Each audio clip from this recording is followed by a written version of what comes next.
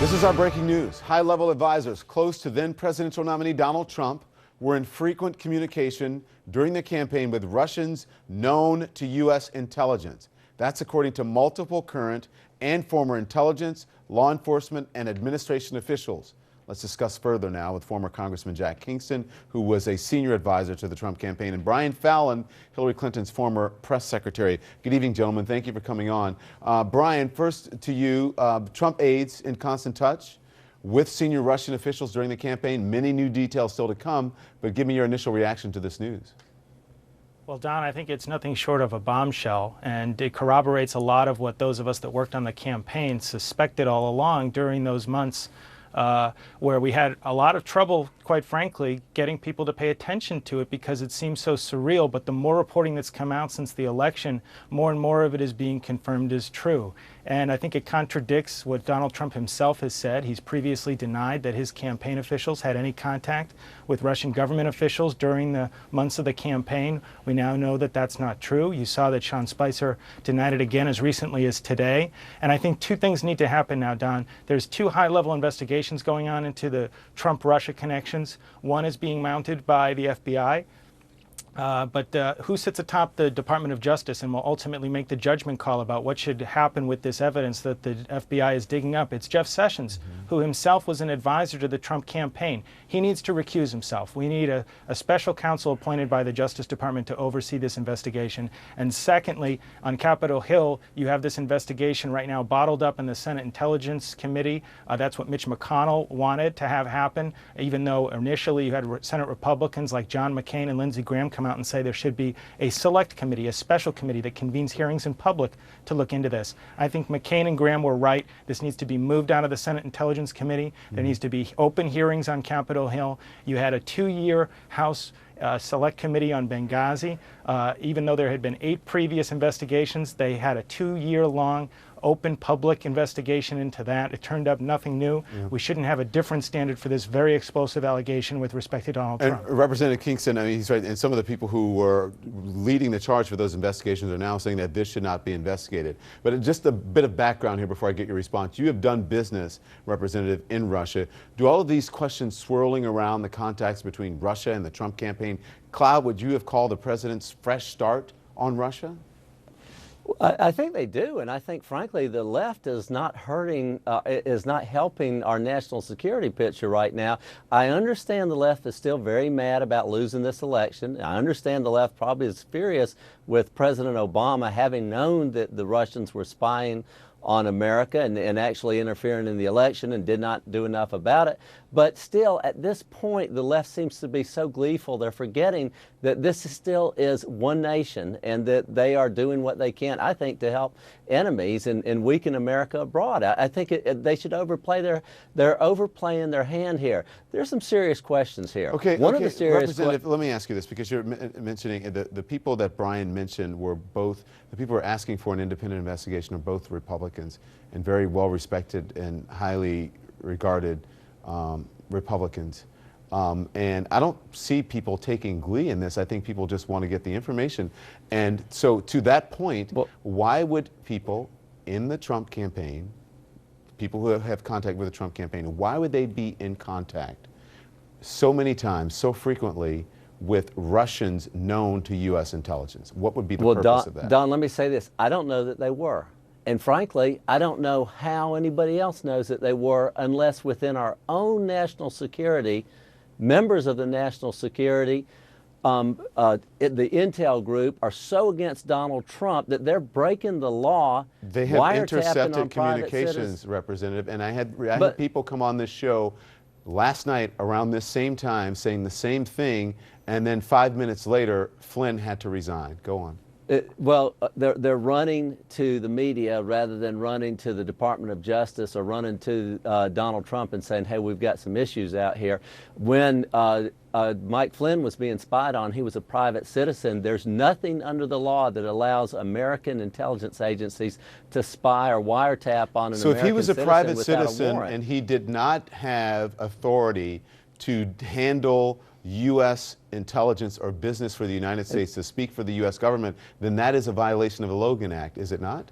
Well, we don't know exactly what he said if he did violate the Logan Act, but what we do know is that he was spied on by American security agencies, and that's against the law.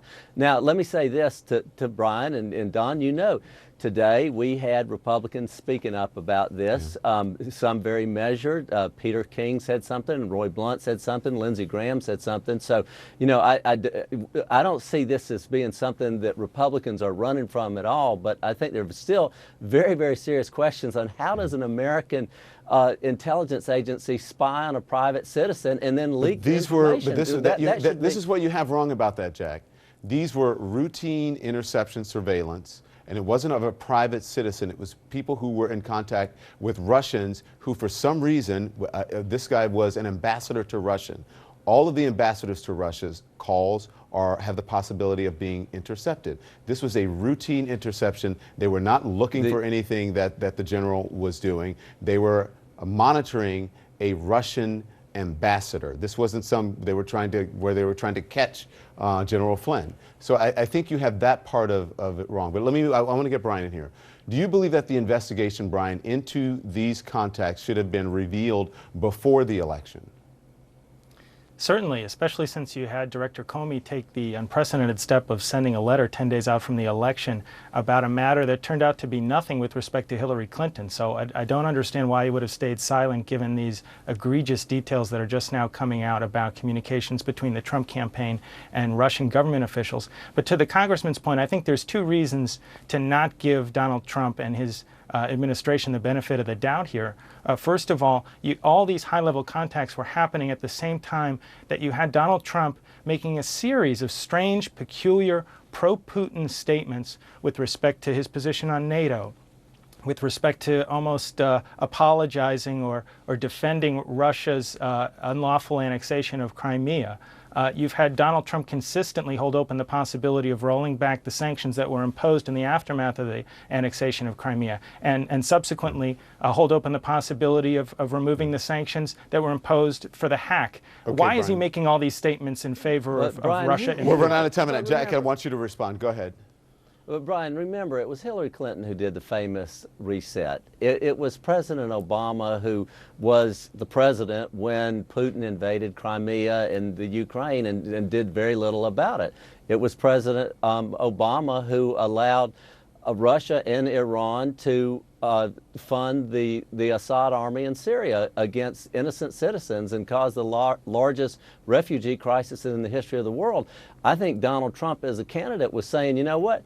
I hope we can have a better relationship with Russia, and maybe we can work with them to take on ISIS, which was another thing that happened under President Obama's watch. So I don't think any of his statements were strange, but I will say this is what was strange to me, is President Obama knew that the Russians were potentially interfering in the election.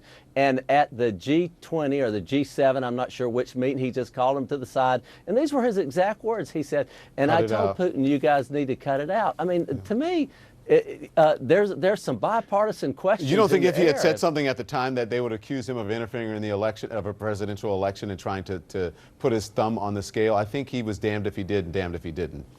And well, Don, why did they lie about it? If these were innocent communications, if Donald Trump was just interested in trying to foster better relations with Russia, then why did Donald Trump in January say that his campaign was never in touch with anybody from Russia? Why did Sean Spicer say that today? Why did they lie about the nature of why did they lie about the nature of General Flynn's communications in late December? Brian, but let me ask you this: who was in touch, and what were they in touch about? Because remember, what the New York Times tells us it was Paul Manafort and other high-level campaign officials.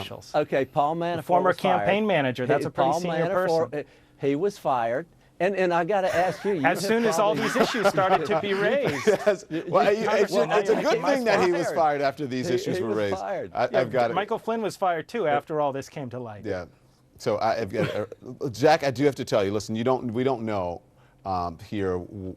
You know what the end result will be, but it seems that when it has come to these things, when it's come to Russia, where there has been smoke, there has been fire. I want to ask you if you're comfortable with, in the end, if it turns out that something nefarious did happen, are you comfortable with defending? If you look back on this in a week and in a year, are you comfortable with having defended something that was wrong? Well, I want to know all the facts just like Yeah. you do, Don. And that's Yeah. the great thing about your show is that you Yeah. are always in search of the facts, and that's why Brian and I are on here together. And I will to ask keep Brian each- the same keep our eye question. on each If other. it turns out, Brian, that it's nothing, are you comfortable with it having defended saying what you said? Well, that's why I think we need to have a truly independent investigation. That means the DOJ investigation can't be led by Jeff Sessions, and it means we need a select committee in Congress. Yeah. So that at the end of the day, that's the real question here. When you actually think about it, are you comfortable with the position that you've taken on this? If it does turn out let me say this. that it's not in your favor, but I'm going to continue on. We're going to take a couple more minutes here. Keep going, Jack.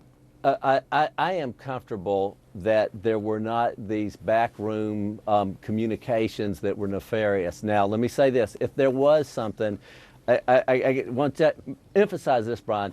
I was on a daily phone call 6 days a week, hourly getting talking points. We never, ever discussed relations with Russia as a big issue. We were talking about the wall. We were talking about taxes. We were talking about trade policies. Russia was out there, but not as anything that we were reacting to it, but we were not trying to Let him affect respond, Jack. Russian policy. Yeah, go ahead. Well, Congressman, I would just say at the Republican convention of all places, remember there was a huge controversy that week over the fact that mysteriously anti-Russia language was withdrawn from the platform. And that was just another example of strange, peculiar behavior on the part of the Trump campaign that was out of step with his whole party's position on Russia. Yeah. Speaker Ryan, the Republican Speaker of the House, he supports these sanctions that were put in place after the Russian hack came to light. In fact, he criticized President Obama for not implementing them more speedily. So why is Donald Trump not willing to commit to keeping them in place? It's out of alignment with his own party. Well, he hasn't said anything about lifting the sanctions, but just like any good negotiator, he's dangling all possibilities out there and can get this, and that would be a good thing. That doesn't necessarily mean you roll back the sanctions, but you got to put your options. You got to let your options sit on the table, Brian. I just had Fareed Cleveland. Zakaria on saying the same thing, and says, why didn't he take that stance with China? Because it would be better if we had a better relationship with China. But he has not said only glowing things about China. He's only said glowing things about Russia. So this is Fareed Zakaria speaking. The argument does not make sense. It's a talking point. But you know, remember his first phone call to Taiwan put a signal to China. They did not like that, and so there is a carrot and a stick approach to negotiating, as you know. But I mean, he caught all kinds of flack for that phone call to Taiwan, and yet, you know, this last week he said one China policy, and we're going into the weeds here. We're getting into the weeds, but it was a fascinating conversation. I'll have you both back. Thank you, gentlemen. I appreciate it. Thanks a lot, Don. Brian. This is CNN Breaking News. All right, everyone, it's the top of the hour. Thank you for joining us. Our breaking news: high-level advisors close to then presidential nominee